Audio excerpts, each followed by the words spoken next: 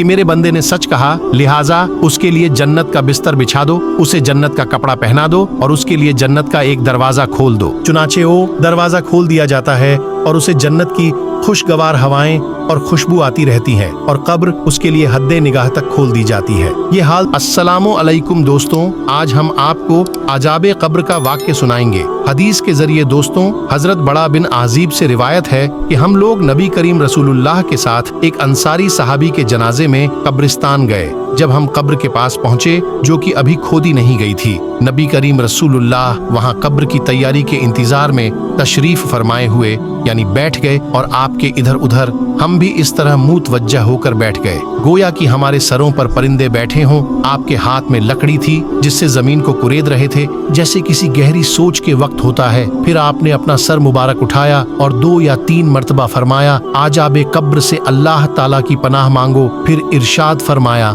अल्लाह का मोमिन बंदा इस दुनिया से मुंतकिल होकर आलम बरजक में पहुंचता है, यानी कब्र में दफन कर दिया जाता है। तो उसके पास 2 फरिश्ते आते हैं, वो उसको बैठाते हैं, फिर उससे पूछते हैं कि तुम्हारा रब कौन है। वो कहता है कि मेरा रब अल्लाह है। फिर पूछते हैं तुम्हारा दिन क्या है। वो कहता है मेरा दीन इस्लाम है। फिर पूछते हैं कि ये आदमी जो तुम में नबी बनाकर भेजे गए थे, यानी हजरत मोहम्मद सल्लल्लाहु अलैहि वसल्लम, उनके के बारे में तुम्हारा क्या ख्याल है। ओ कहता है ओ अल्लाह ताला के रसूल है। फिर फरिश्ते कहते हैं कि तुम्हें ये बात किसने बताई, यानी तुम्हें उनके रसूल होने का इल्म किसके जरिए से पता चला। ओ कहता है कि मैं अल्लाह ताला की किताब पढ़ी, उस पर ईमान लाया और उसको सच मान। उसके बाद रसूलुल्लाह सल्लल्लाहु अलैहि वसल्लम इरशाद फरमाया, मोमिन बांदा फरिश्तों के मनचाहा सवालों के जवाब जब इस तरह ठीक ठीक देता है तो फिर एक फरिश्ता आसमान से आवाज देता है, यानी अल्लाह ताला की तरफ से आसमान से ऐलान कराया जाता है कि मेरे बंदे ने सच कहा, लिहाजा उसके लिए जन्नत का बिस्तर बिछा दो, उसे जन्नत का कपड़ा पहना दो और उसके लिए जन्नत का एक दरवाजा खोल दो। चुनाचे वो दरवाजा खोल दिया जाता है और उसे जन्नत की खुशगवार हवाएं और खुशबू आती रहती है और कब्र उसके लिए हद्दे निगाह तक खोल दी जाती है। ये हाल तो रसूलुल्लाह ने मरने वाले मोमीन का बयान फरमाया। इसके बाद अपने काफिर की मौत का जिक्र किया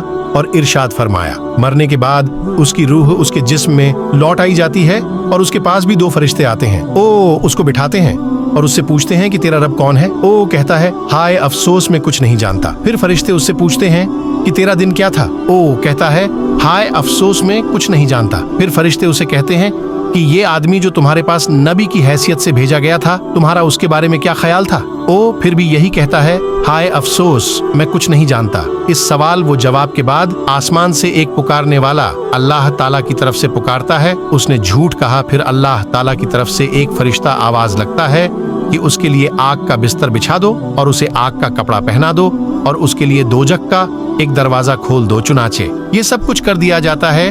फिर रसूलुल्लाह सल्लल्लाहु अलैहि वसल्लम फरमाते हैं, दोजख के उस दरवाजे से दोजख की गर्मी और जलाने झुलसाने वाली हवाएं उसके पास आती रहती हैं और कब्र उस पर इतनी तंग कर दी जाती है कि जिसकी वजह से उसकी पसलियां एक दूसरे में घुस जाती है। तो दोस्तों, ये था पूरा वाकया। दोस्तों, वीडियो अच्छी लगी हो तो इस चैनल को सब्सक्राइब करें और वीडियो को लाइक शेयर करें और कमेंट जरूर करें कि कैसी लगी वीडियो।